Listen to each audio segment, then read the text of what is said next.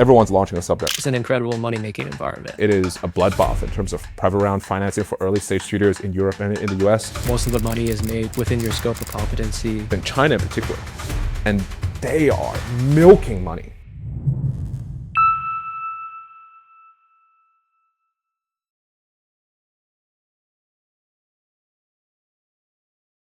Okay, and we're back. We're live. It's April 27th. I'm back with another Supercycle episode. At some point, we shall rebrand this into not the Supercycle. Each day I get older. Each day the market doesn't pump, and it's a sad day.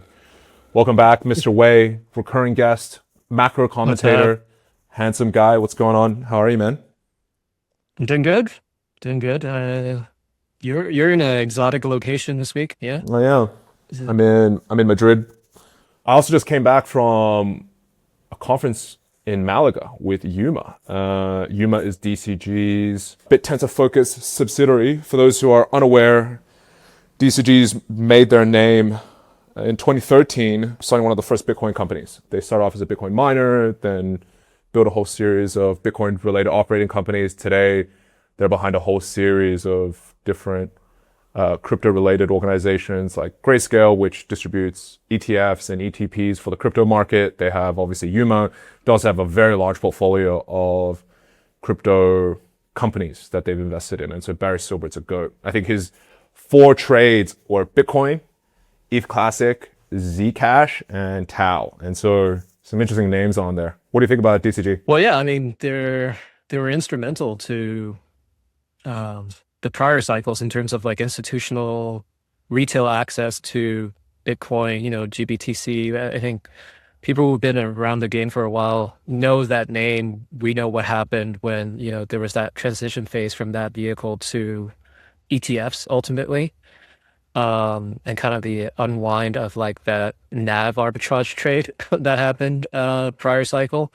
So, I think high quality team and brand, and there's certainly, I think over time has been a great net positive for the broader crypto ecosystem. So obviously I've been following them quite a bit in terms of what they're doing in the TAO ecosystem. And I'm keen to hear from you, like what were your key takeaways from Malaga and that conference last week? Like where are we at currently from like a fundamental building kind of perspective with respect to the Bittensor ecosystem? We had 2 tracks. It was the Yuma track, which is focused on Bittensor, and the other track was for the portfolio day. DCG run the summit now, they were saying, for 8 straight years. This is the first time it's gone international. Collection of portfolio companies, limited partners, ecosystem projects, and things that they are partnered with. Yeah, a few interesting takeaways. Number one, on Yuma in particular, they're the number 1 accelerator on Bittensor, and so they're the ones who have,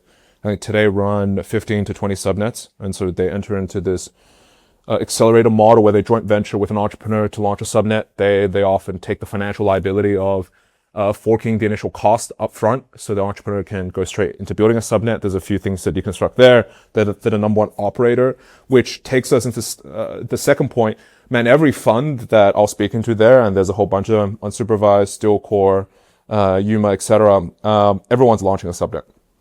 They're either accelerating, which is potentially owning a small percentage of a subnet coming to market, or they're joint venturing and launching, being much more active. For example, marketers or financiers of a subnet. All of them are, just think about compounding TAO. And so one of the key takeaways coming out was, man, I think at the conference, probably 3 or 4 subnets were announced. And so the week prior, there were a whole bunch of subnets that were deregistered actually as well. And so on a week-on-week basis, the turnover of subnets is quite interesting to observe. If you look at 128 subnets today, I think the consensus is maybe 30, 40 of them are active. A lot of them are parked, either by some of the capital bodies or just by randoms who just have it there and they've held it potentially pre-detail or whatever that might be. So number 1, Yuma's number 1, and they obviously have 3 ways to compound TAO. It's their accelerator. They have an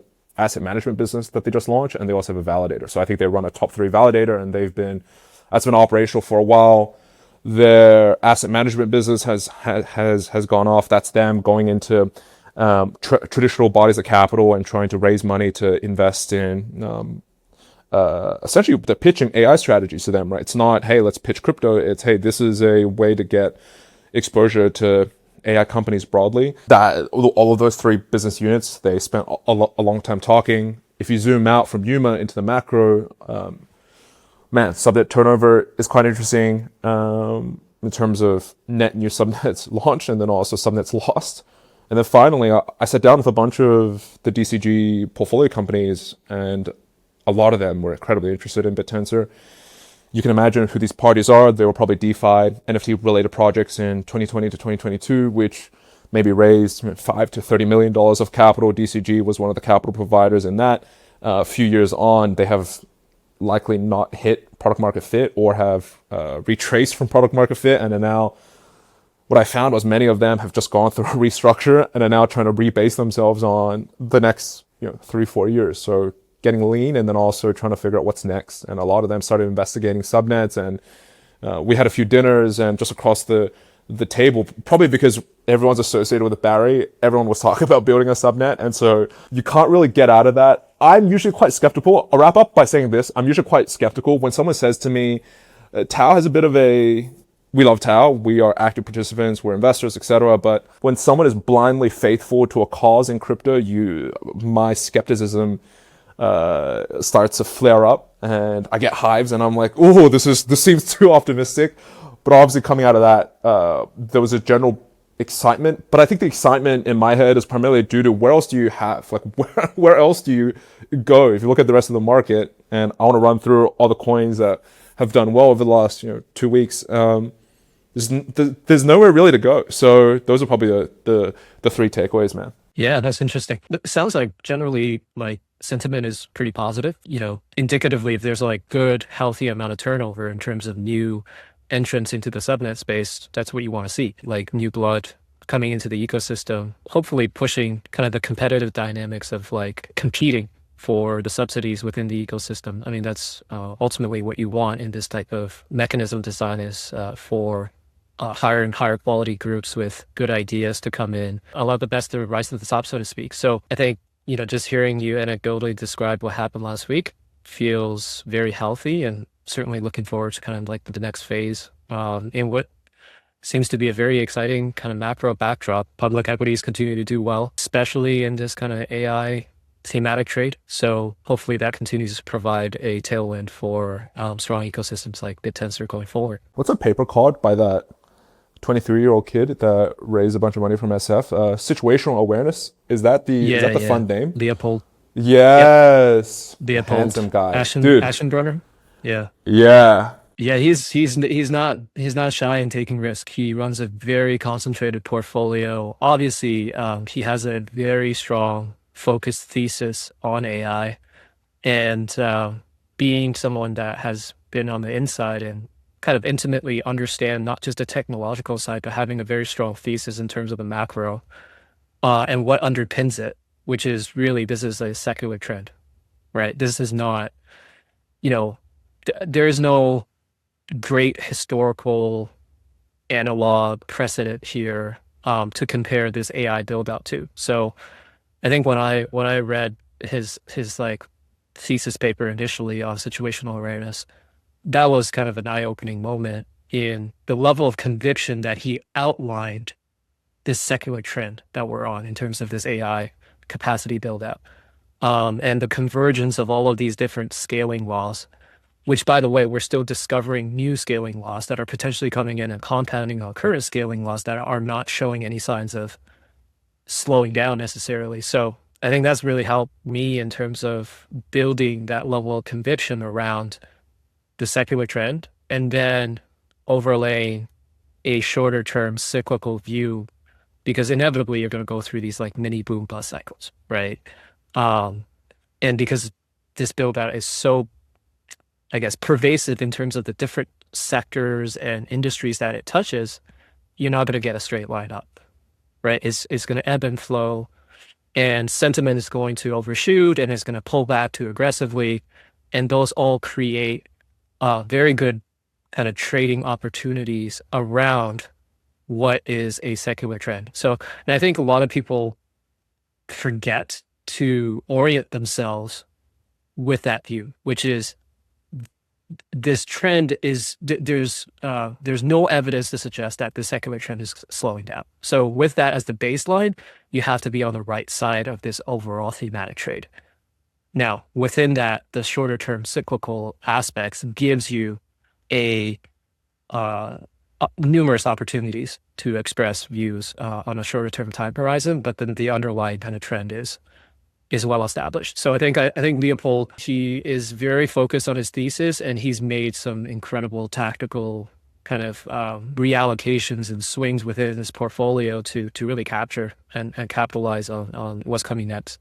What are the key themes that he lays out, and what names does he like? I think what was really interesting, I think a couple of quarters ago, she made a big bet in Coreweave, right around the time where this, CapEx investment cycle and the over indebtedness of some of these neoclouds, Coreweave, Oracle, as kind of the poster childs that the market really latched onto, really caused kind of this like sentiment pullback on those names. And he went aggressively into Coreweave.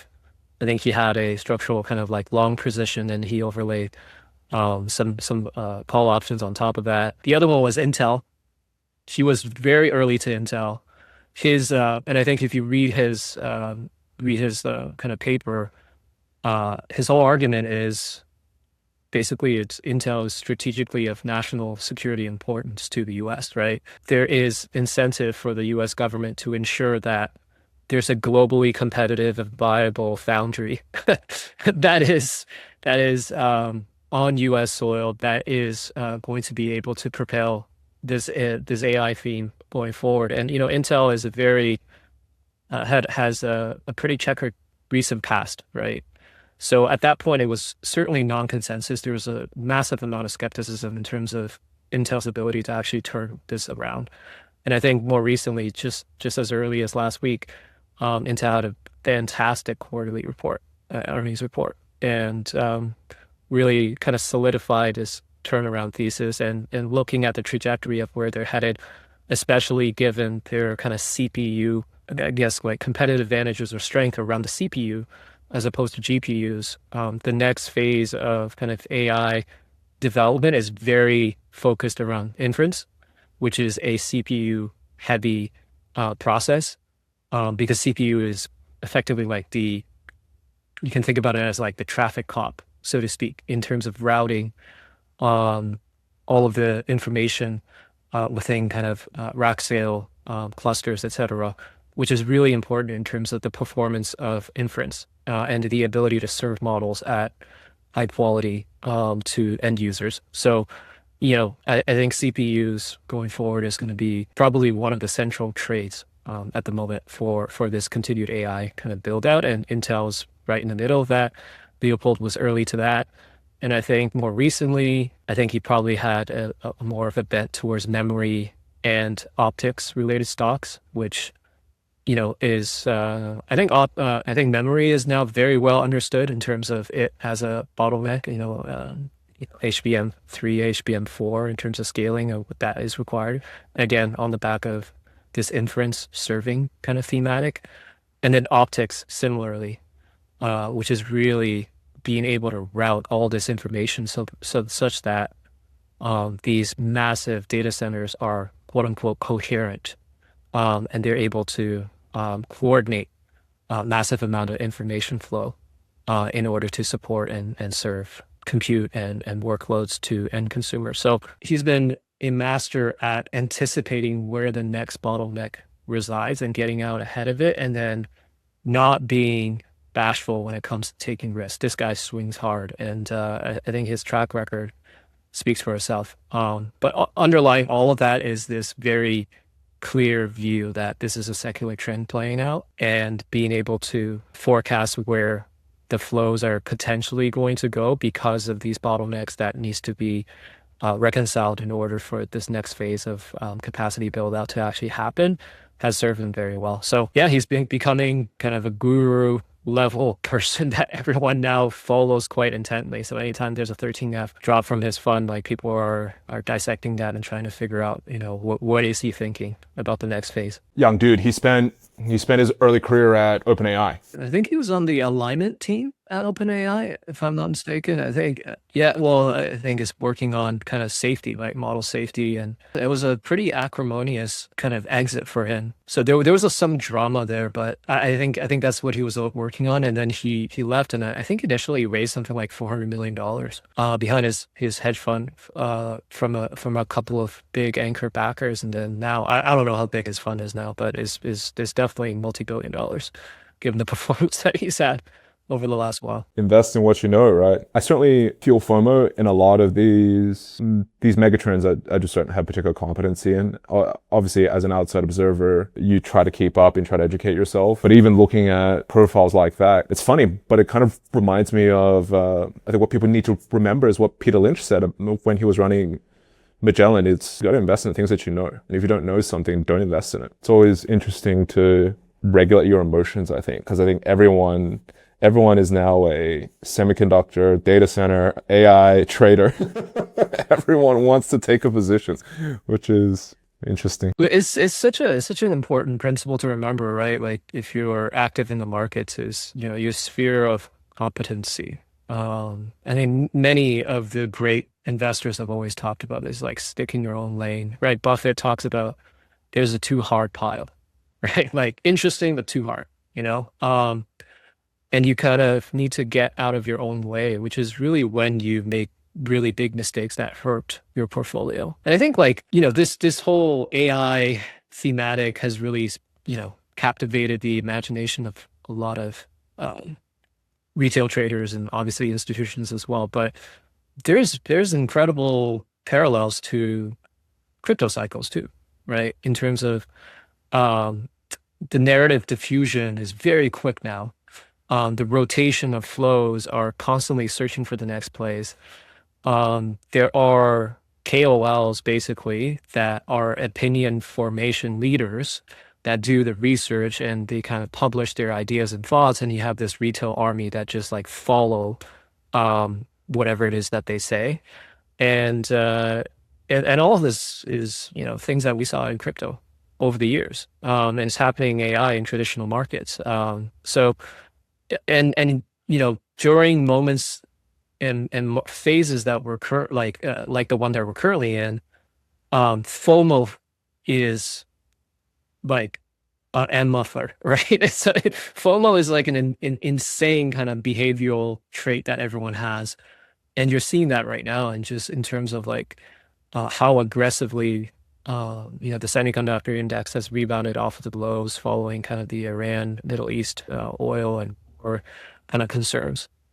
And so you can see it like that speculative energy and capital is really flowing into these areas. There's a lot of chasing and crowding into names that are kind of these memes that have been created by these KOLs. And it's going to unwind. And when it does unwind, it's going to be very painful. And a lot of times it's just like, to your point, trade what you know, invest in things that are within your sphere of competence. And that will serve you well over the long term. And especially in these incredibly bullish swings, you have to ground yourself and repeatedly tell yourself that, because it's very easy to get sucked in and start really chasing the next shiny object, which inevitably is going to be NPV negative. I just don't think you can actually have edge doing that. And you may have a great period like of a few months or maybe even a year. Inevitably, you're likely to give it all back because you really didn't have edge. You were kind of in a moment in time where that particular strategy, that style, that sector was working. So it's good advice to always come back to, because we all get drawn into that. We all get sucked into what is the new hot narrative and want to kind of dabble. But over the long term, most of the money is made where it's within your scope of competency, what you understand, follows your own process, all of those things. it's undeniable that society is changing, and certainly this type of tech is going to transform. Oh man, the dispersion is incredible. The winners and the losers. It's so aggressive how the delta is. Like if your like software is getting destroyed, like all these, I think your DocuSigns, your Zeros, these type of legacy enterprise SaaS businesses that have come to market in the last 15 years, which today can be rebuilt using one query is incredible. And all of them have, think about something like DocuSign. I mean, what is that product? And on an operational basis, that headcount is, the cost line is primarily headcount. It's like Salesforce in particular. It's like account managers and salespeople. They're just getting crushed. It's incredible. Market trash within 12 months is, oh my God. You can think about it like a relative values trade from the software side to some of these more industrial type businesses where historically the market, they didn't care about these businesses at all, right? And they ascribed an incredibly low valuation to these companies. And you know, the best example of this is the memory complex, you know, names like Micron and SanDisk. And, you know, what you understand these companies to be is like incredibly cyclical companies within the industries that go through these massive boom bust cycles. And to bring it back to, you know, one of the core underpinning of Leopold's thesis is like AI is a secular trend, right? So if it's a secular trend, and what we're observing right now is demand is front running supply. So supply is desperately trying to catch up to the demand that already exists. What that means is you have to aggressively re-rate these types of businesses because there's a increasing probability that they're no longer as cyclical as we thought, as we understand them to be, at least for the foreseeable future. For example, between now and the end of this decade, for example. So when that happens, you have a companies that are in an upswing, i.e. they're starting to grow from their cyclical troughs. They have insane pricing power because now what they're producing is some of the most critical input components to the broader AI build out. And you have on top of that, a re-rating of multiple. The three biggest levers of value creation all converging aggressively at a moment in time. That's how you get these explosive moves of like 20x returns within a matter of like 12 months, right? And that's what we're seeing in these charts. And there's an argument to be made that the market still has not given enough credit to these companies from a valuation standpoint. They're still like these memory companies are still trading at like below one price to earnings to growth ratios. That it still doesn't make sense relative to how strong the growth trajectory is. Meanwhile, on the other end, you have the opposite effect on software, which is software was given just multiples that assumed that they were going to grow at like double digit, 20% plus growth forever, right? They were being traded at like 100 times PE multiples on a forward basis. So it's literally the inverse on the software side, which is the market slowly pricing in that, oh, we actually can't provide this valuation multiple for these types of businesses. Is not to say that they're all going to zero. They're still viable businesses, but certainly we can't pay them 100% price to earnings multiples on these things when it's becoming increasingly unclear what these businesses even look like in 2 years time, 3 years times, much less 20 years time, right? So it's structurally building in that uncertainty premium in it, which means that the valuation of the multiple has to structurally compress down.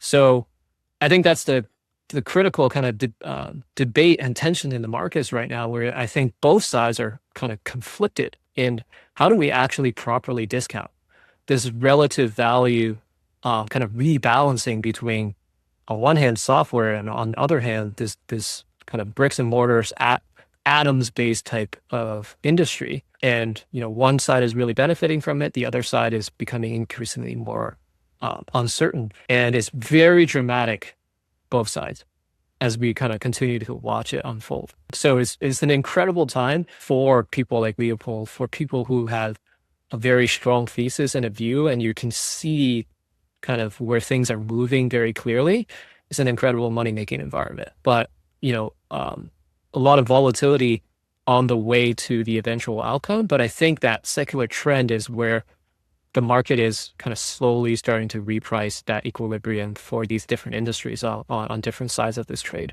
Yeah, I think there's also a bit of a microcosm in crypto in particular. The same dispersion is very clear. There's only two tokens being bid today. Number one, it's either a DeFi primitive that is generating revenue and has product market fit. There's three. Number one is DeFi, so someone like Hyperliquid. Number two has been, just like the Web2 public markets, is a bunch of AI coins that I think the ones that have done well have a unique application of crypto.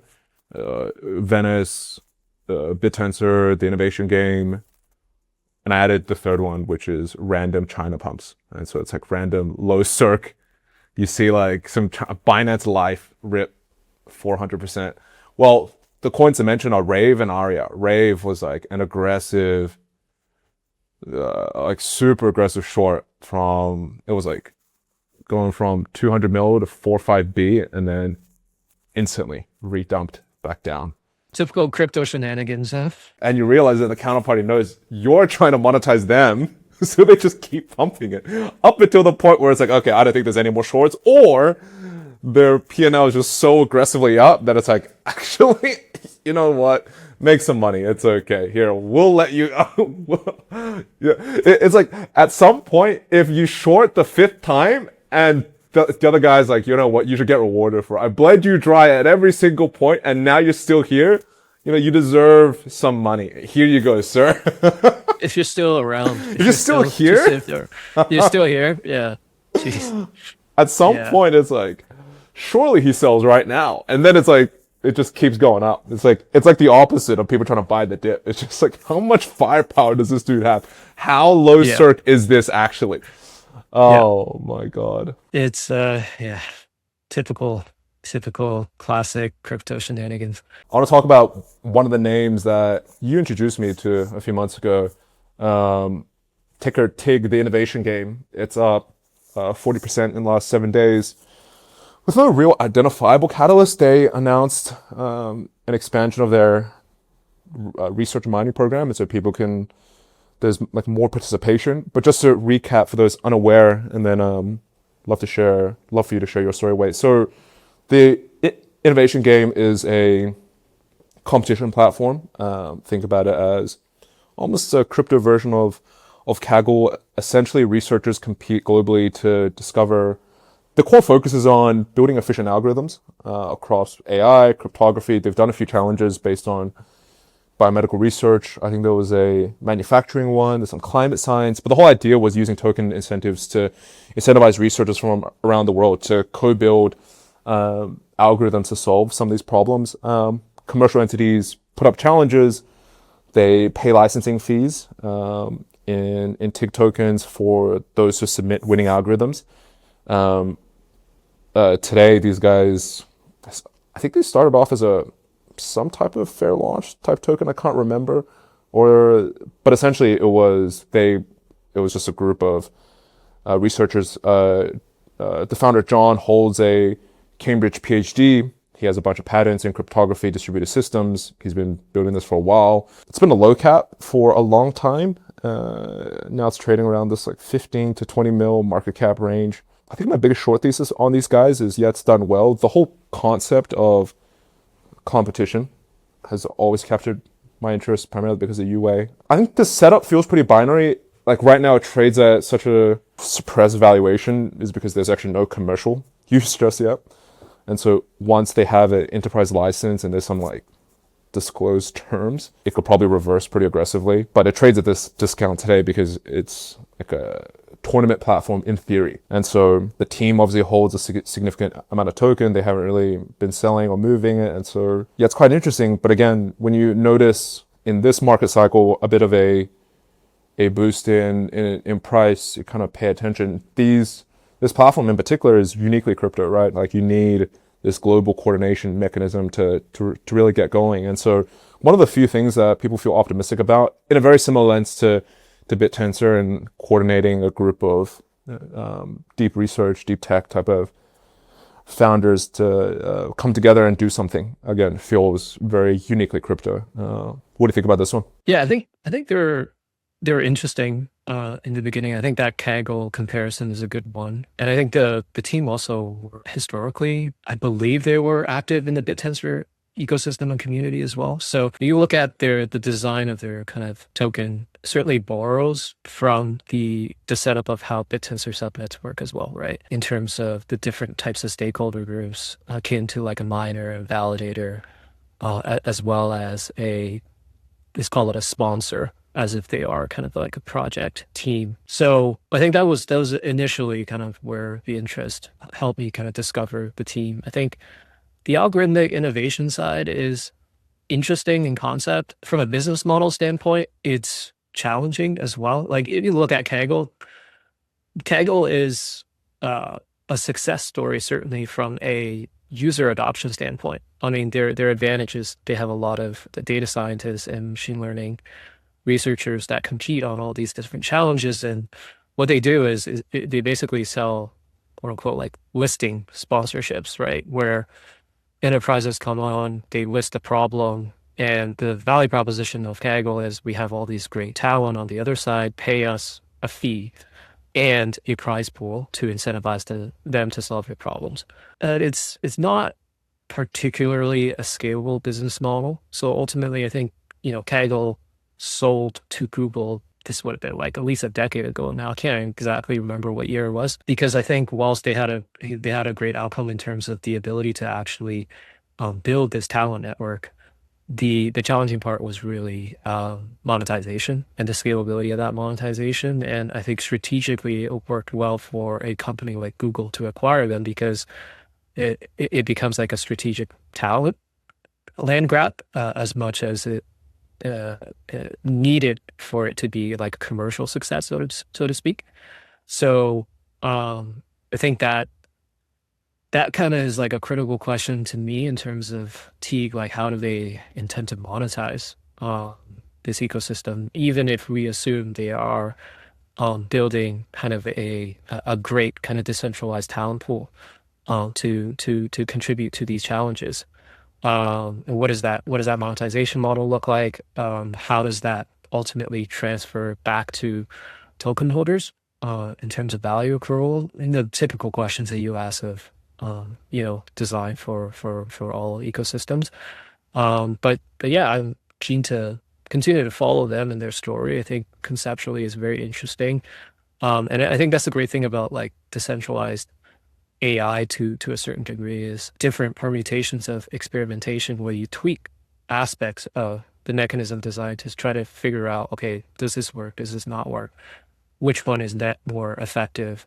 In the aggregate, I think the market and society benefits, because what we're effectively doing is we're parallelizing hypothesis testing, right? And that in and of itself is useful. And there's no better kind of petri dish or mechanism to do that hypothesis testing than through decentralized systems that actually have financial incentive that you can create. So I think from that standpoint, again, like Bittensor probably has it right, is like this concept of survival of the fittest. If you're kind of investing writ large into the Bittensor and TAO ecosystem, you're not necessarily making just one bet. You're kind of making a bet that through competition and decentralized incentives and mechanisms, there's an emergent property to things that work. And you allow those structures or designs to reveal themselves. And then you build on success of those leaders and continue to iterate. So I think Teague is certainly adjacent to that. And yeah, it's interesting that they're kind of having good momentum in terms of price action. I would think that anything related to like decentralized AI or Web3 AI is basically a kind of a high beta follow-on trade to what's happening in, centralized AI world. So when you have really strong kind of flows into the AI thematic in stocks, I think it'll trickle down, because people just continue to go out on the risk curve, and they want to kind of get in front of what they believe is the next thing that's going to continue this trend and run. So in some ways, I feel like decentralized AI is like small cap, small cap AI equity chasing, is probably the same beta. It's the same flows that are seeking out that level or area of the risk curve when there is a strong kind of flow-based momentum behind the broader AI trade. Yeah, it's probably worse as well because with that type of catch-up trade you're probably going to rotate into the top market cap crypto AI tokens. The problem with some of these low caps is you kind of need to go, you got to go value hunting. You got to go, you got to scroll. You got to scroll down to find some of these tokens, right? That's the thing. Like, you have to be very clear in terms of what is driving the movement in price and not conflate, momentum with fundamental traction.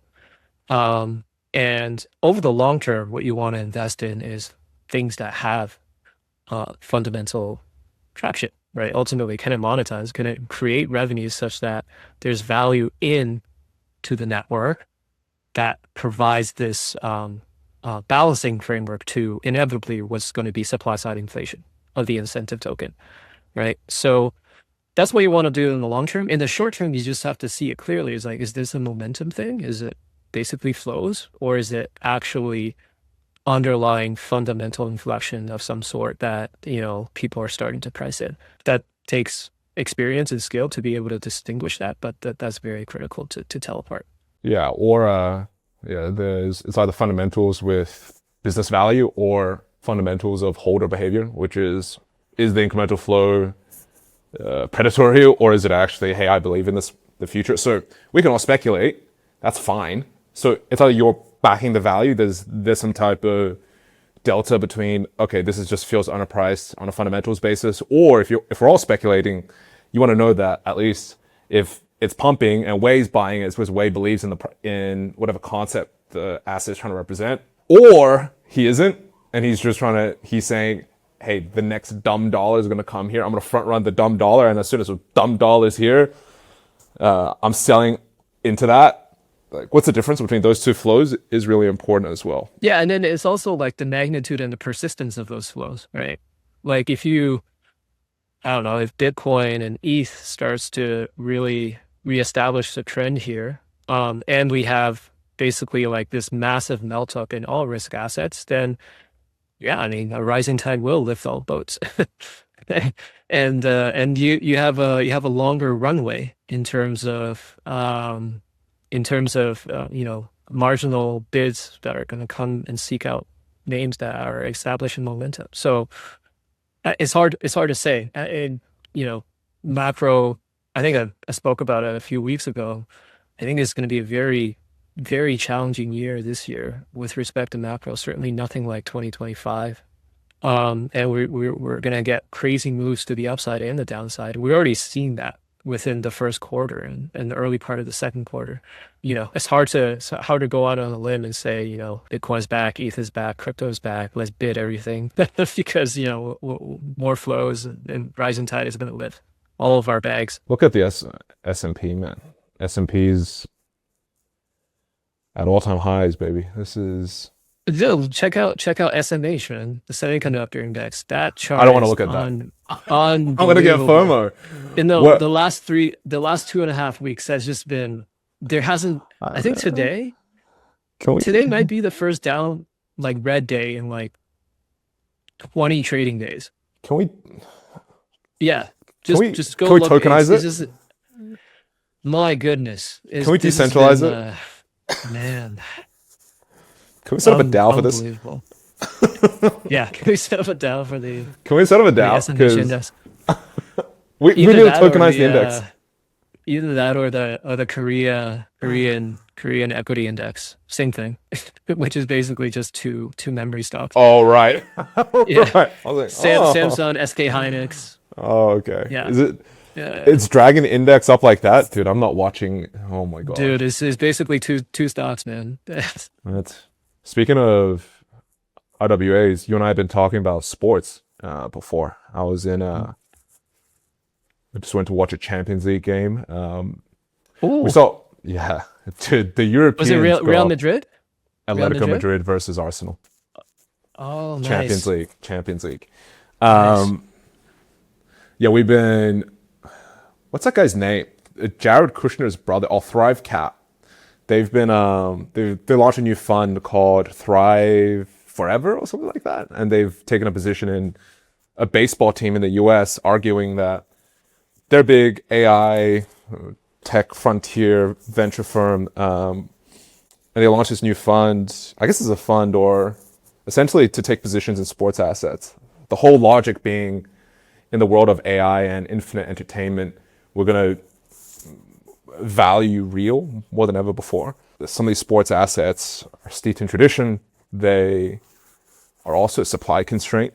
For example, there aren't infinite sports clubs and sports equity to participate in, which means as this, on the other side of this megatrend of infinite intelligence and etc., we're going to be valuing these at a exponential level, just like we are valuing AI at an exponential level. And so, we were talking about this next generation of assets. I mean, none of this stuff is really investable. For example, I can't go buy, I'm a Manchester United fan, and that kind of sucks, but you can't really go buy your favorite sports team. Although I think there's a new trend in tokenization. We're good friends with the team at Chiliz.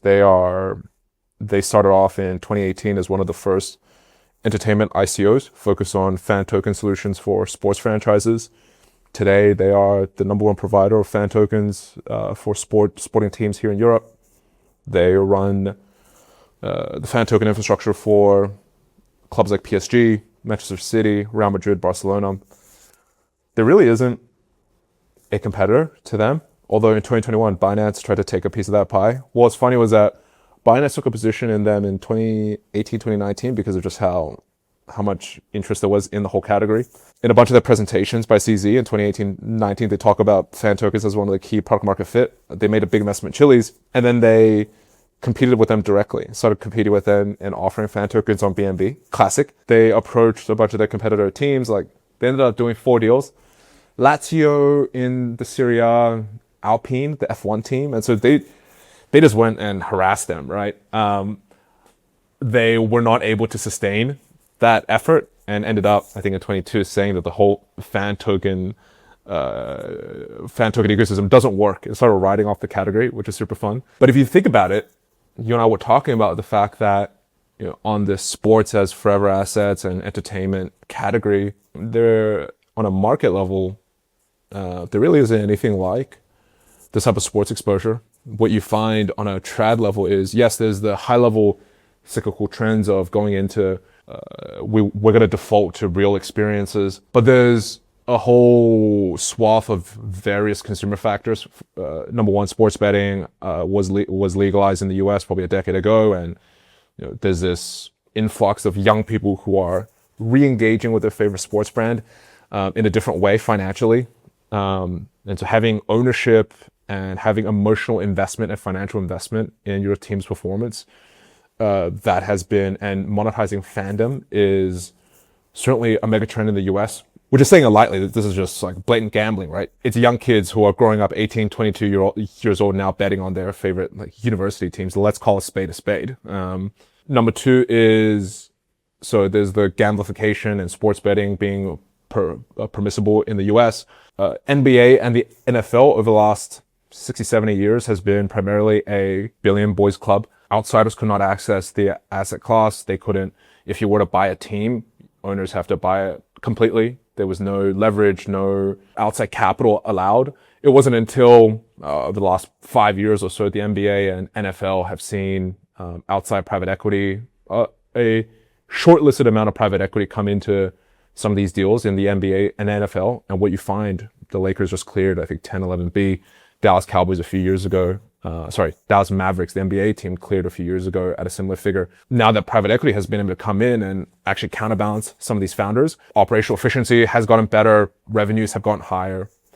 And what you're finding is some of these private equity groups are now raising funds to participate in a more aggressive way. Obviously, some of the things to watch out for has been the F1 over the last 6-7 years. Is that stock, when F1 was purchased by Liberty Media, has just gone parabolic, obviously back off the back of Netflix. In 2020, Sixth Street, one of the largest private equity groups, started participating in more exotic forms of revenue streams, purchasing media rights from Barcelona and La Liga, the Spanish league as well. They were also involved in the financing of the Real Madrid Bernabeu stadium build out. And there's just like a lot of smart money interest. I kind of see it very similar to what we saw with Bittensor, noticing people like DCG come into TAO that, to be honest, we're small fish. And so you're kind of seeing, hey, what are other people seeing? And what can I be sufficiently early in?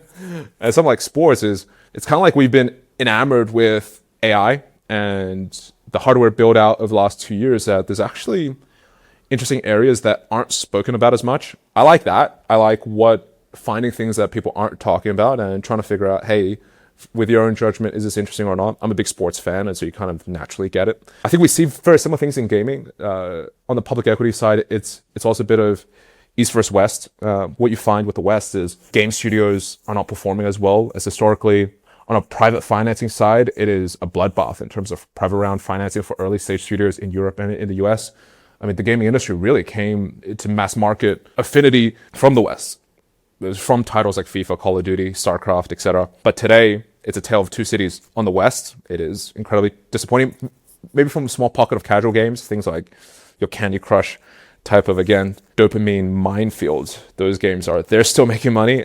But in the East, I speak to a lot of friends and investors in game studios in China in particular, and they are milking money. It is because the supply and the standards of games have gone higher so supply has gotten better, but also I think the domestic audience in China continues just to be a walled garden. It's a place where immense amount of money is spent from players, but also unless you have a local domestic license, you actually can't sell into it. And so it is a fantastic place for Chinese studios to leave Tencent, to get incubated, get funded by Tencent, and then to launch into the domestic audience. What they do is they build a MMORPG and sell it into China, and then once it reaches decent P&L, then they start publishing it, and they go into this concentric circle, as you like to say, into Japan, into Korea. These next pockets of capital for them to sell their assets into, they then localize for those regions. But in China, it's making a shit ton of money. But all of my friends in the West are it's a bloodbath for Web 2 and of course Web 3. I didn't want to talk about that. And so that's really interesting. And so I'm actually investigating Chinese game studios even more than I was probably a few years ago, even though we spent a lot of time in gaming. But on the sports side, this is just like the clear asymmetry. It's just like, it's so clear where the megatrends are for AI and what human behavior is probably going to look like, but also incredibly early. In particular, because I think the core driving hypothesis is we're in year 4 and 5 of private equity in NBA and NFL, and they need to sell at some point. And they're going to need to look for exit liquidity, which means that so right now in NBA and NFL, the only way you can invest as a private equity group is you need to be whitelisted by the owners. And so actually there is no other people to offload. There is no next concentric circle of private equity. It is probably just another billionaire. But at some point they will have to expand that. But on Chiliz in particular, they've been talking, I think a few months ago, about exactly that. And actually they're probably the only provider who have had these long-standing relationships with Real Madrid, Barcelona, City, where, for example, you and I can't go in and create a competitor and say, hey, I want to offer and license your IP to new Web3 audiences. And so pretty exciting. I don't know what your response is to this like sports thesis. Is that too smooth brain? Like, what do you think about that? I feel like the sports thesis, especially from this RWA angle, is like a confluence of a lot of things that have been developing behind the scenes and now are coalescing around a concept that's very exciting from a prospect perspective for something like Chiliz as a project and as an ecosystem. So number one is there's scarcity value in sports, right? To your point, AI is certainly not the starting condition of it is an accelerant of that thesis, because ultimately sports is naturally about all the things that humans care about. There's like kind of collective community built around it. There is like kind of this focal point around competition. There is storylines, narratives. There's heroes that people follow and aspire to become. That's natural evergreen content. It just is a core engine that will continue to kind of grow and accelerate, and it brings together communities naturally. So that's number one. I think that gets more valuable, not less valuable in the world of AI in terms of like content creation. So that's the massive tailwind. Then there is, I think version 1.0 was, yeah, let's try to figure out how do we monetize, or how do we, I don't know, better support community creation through tokens. And I think version 2.0 or version whatever 0.0 now, the kind of the impending wave of like real world assets and bringing traditional assets and more esoteric assets on chain is another catalyst for sports, because I can see various different ways that we can use blockchain to enhance that cultural and community experience of sports. One key dimension of that is the alignment of this sense of ownership that fans do have of the sports franchises that they support, right? And maybe version 1.0 didn't necessarily nail that relationship, whereas I'm cautiously optimistic that RWAs will provide that avenue of access for communities to really back their teams from a fandom perspective, but also from an economic perspective. So I think that part is very exciting. And if you just look at the RWA thesis, like that is inevitably going to happen. Like all assets are going to migrate on chain. It's happening. It will continue to happen. The interesting thing about sports is it's a very unique type of asset. And it stands out, relatively speaking, to all the other mundane assets that you can bring on chain, right? Like you can RWA real estate, so what? Like you can RWA another credit instrument, fine. That's the underlying trend of TradFi coming onto DeFi. But to RWA a sports franchise or some derivative asset of that sports franchise naturally connects to the community that has already been built around it. That's what NFTs were all about, right? But we had to fabricate this shared story around a community where for sports is like, it's there. is all more about unlocking the fandom and the community that already exists, as opposed to trying to like force it to become something and then have that value kind of like transfer and accrue within that community. So I think for all of those reasons, thematically, I like it. Just asymmetry across the board. I think that certainly from the eyes of the consumer, you can express your fandom pretty well already, which is, hey, my club's playing next week, so I'll go bet on it, or I'll buy some merchandise and I'll attend the game. Certainly it's not I wish I could support my team more. Although being a financial investor certainly is a portion of it. I don't think it's the pinnacle. I don't think people dream about, maybe they will eventually. So my point was going to be, I don't think someone dreams, I wish I could own the club. But then again, that dream doesn't exist because they never thought it was possible. It was always, again, a billion boys club, which was, the local Madrid businessman took over the club. And so the fans are just like, I'm at the whims of the club owner. I am a second-class citizen to them. I also attended a game for Malaga FC at the southern tip of Spain. That club is incredible. So 10 years ago, a Qatari businessman took over the club, spent around $30-40 million acquiring some of the best talent from across Spain. They were a low to mid-table side in 2015, 2016. The year after, they hired a Argentinian manager called Manuel Pellegrini. They then took them into Champions League quarterfinals and got crushed against Dortmund in Germany. But what happened was they went and there was this initial uplift. This owner took over, injected a bunch of cash, brought in some top players like Santi Cazorla, Isco, who were then sold to Real Madrid and Arsenal because they were great players. A year on, they had spent that much money, and then a year on, the club owner just stopped funding it. And it was literally a few weeks before the Champions League game that he said, okay, no more cash for you guys. Right as they lost that game and a few weeks after, as the season concluded, they had to fire sell all those players. And then it was just like this initial first year straight into rejection. Those top players were sold to top clubs. The manager himself moved to Manchester City. They had placed well, and then the year after, they went back to mid-table. A decade on, in the last 2 years in particular, they had been relegated twice from La Liga to the second league to the third league.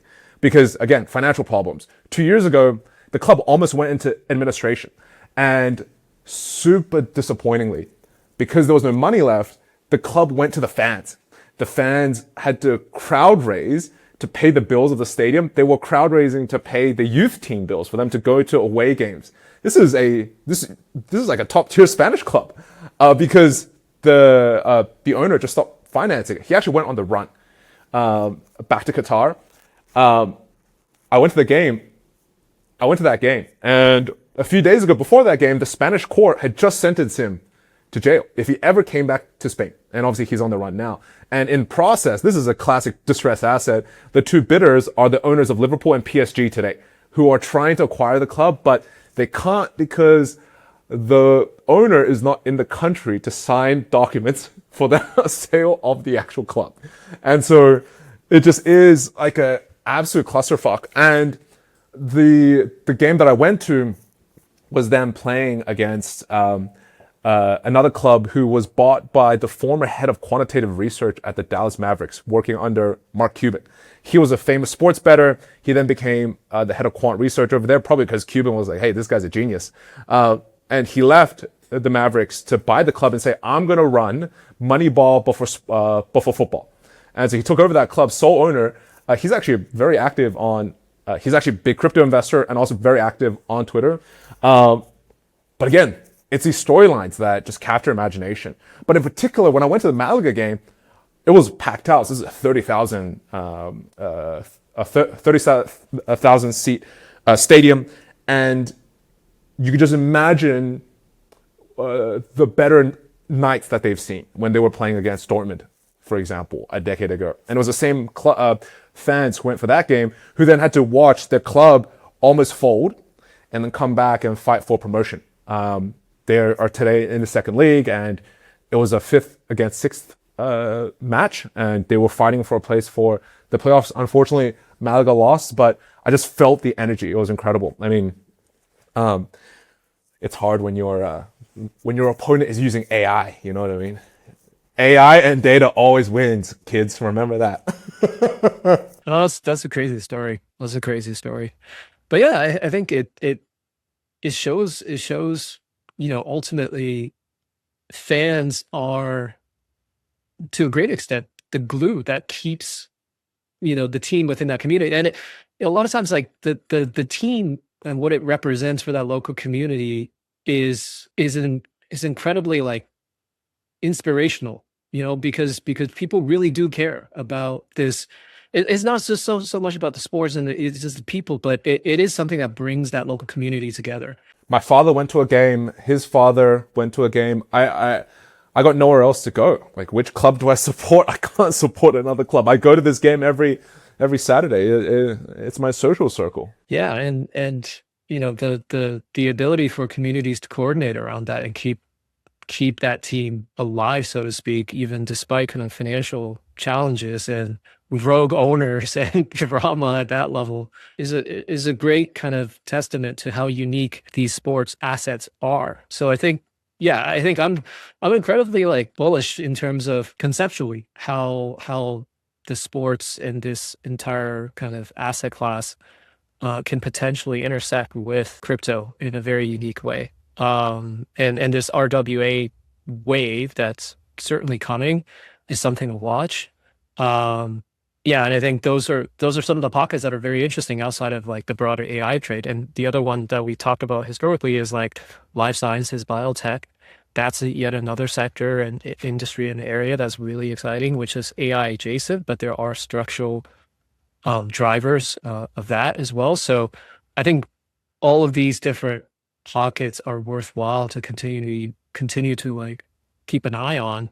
And inevitably there are going to be very interesting intersectional points in terms of how crypto and Web3 plays a role in that broader thematic. So yeah, keen to continue to explore and pull on these threads as they emerge over the next little while. Yeah, my biggest concern when you hear things like the customer is sticky and it is, when it invites private equity, you just imagine like financiers just milking the crap out of it. I mean, we talk about life sciences, right? What a great example. I mean, healthcare in particular is the stickiest of them all. And what happens then, right? I suppose in the context of sports in particular, if anything, this is an incremental improvement for the end fan, because today this market exists with or without you, buddy. Private equity is already here. These billionaire boys clubs are already here. And so any net improvement in participation is actually a net benefit for the fan. The argument is if you invite fans to own, they're going to inflate prices and introduce a more vibrant secondary capital markets. It invites structured capital to try to take advantage and front run the fan beforehand. Although the argument is the fan never had a chance to participate historically. And so historically, they were always the ones, the cattle being sent to slaughter, the billionaire who runs off to Qatar, and then you have to go in and crowd finance for the club that you love. And so if anything, it is an incremental improvement for the fan.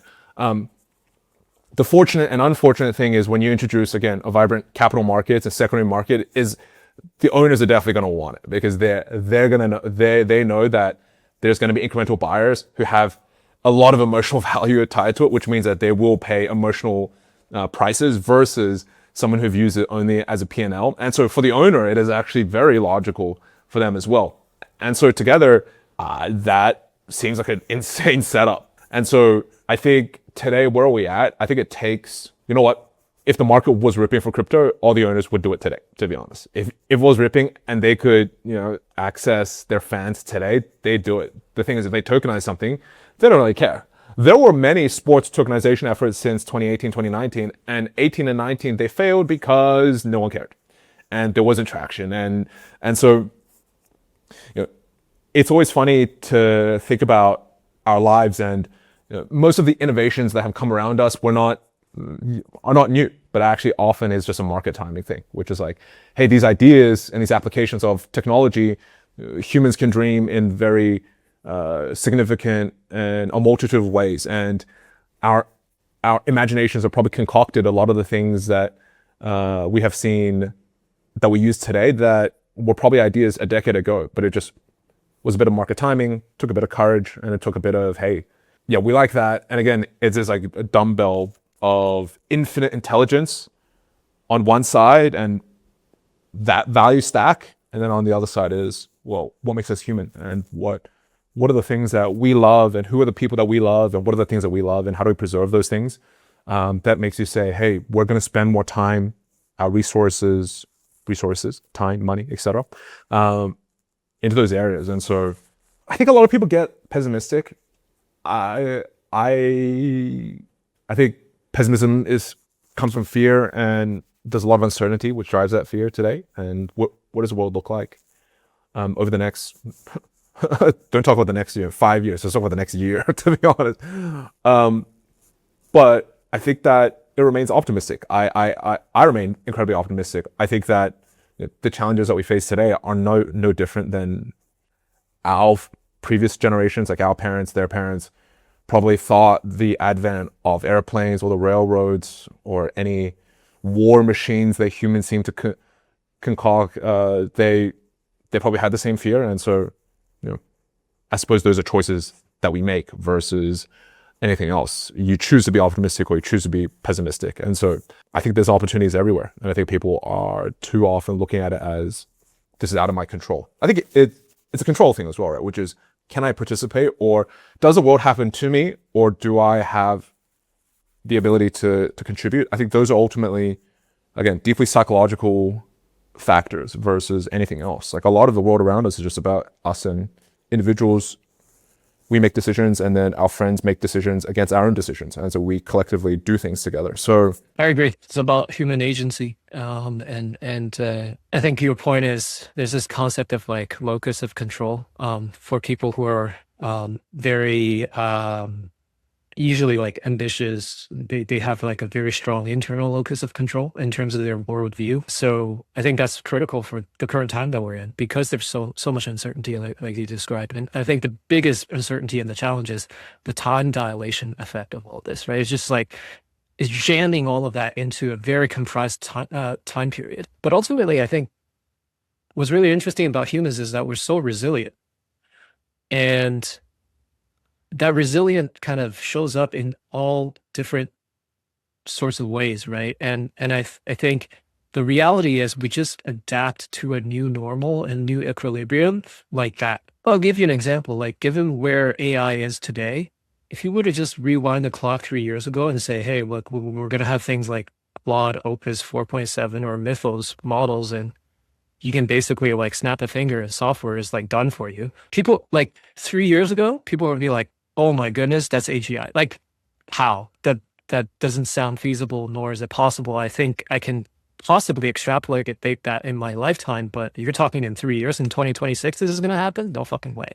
Right? And if it happened, it would mean X, Y, and Z. And it's like, oh my God, this is overwhelming.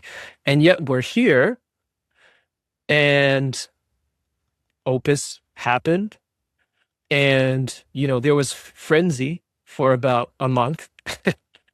And like people are like, oh, if you don't do this with OpenClaw, you're going to be, part of the permanent underclass. And it's like 2 months removed from that is like, no, life goes on, man. Like, no, that's just normal now. That's just normal, right? So what does that mean? It means that like, even as we cross the window into like AGI and even ASI, I don't know. I feel like the empirical evidence for humans is that we're incredibly resilient, and it just becomes what is, right? And then you are now there, and then you do with it what you will. And if it now becomes an input in terms of what you're able to do, you start to iterate on how to make it an input to make whatever you're trying to create even better. The concern is it's not a uniform curve in terms of the willingness for people to engage. You and I, people that potentially listening to this podcast, are probably higher agency individuals that are seeking out this version of the world and this version of reality, and they want to continue to push and innovate on that frontier. And it's going to be incredibly exciting times for this cohort of individuals. But then there are certainly, large groups of the population that may not want to, or they may in fact feel overwhelmed. And the concern is, how do you get those people to kind of see the positivity of all of that? Because it's also very easily to fall down a rabbit hole where everything becomes this kind of echo chamber around, this doomsday scenario of how, our agency is actually being taken away from us. And, this is all how worse, the conspiracy theory of people trying to exert control upon us. And, so it's very dynamic times from that perspective, and it'll be an interesting kind of journey ahead to see how society kind of navigates through all this as well. So but yeah, I agree with you. Like, if you're an optimist, there's no better time than the present. Like, we're living incredible times in terms of what we're able to do. So really, the only friction is your willingness, your energy, your attitude, and just waking up every morning and just grabbing things by the horns and saying, let's go. Let's try to figure it out from here on forward. And I think it's going to be an incredibly exciting time for everyone that's with that orientation and attitude. So onwards and upwards, man. all right, we're going to end this on an optimistic note. Thank you, Wei, for joining us. We'll be back as soon as possible for your market news team.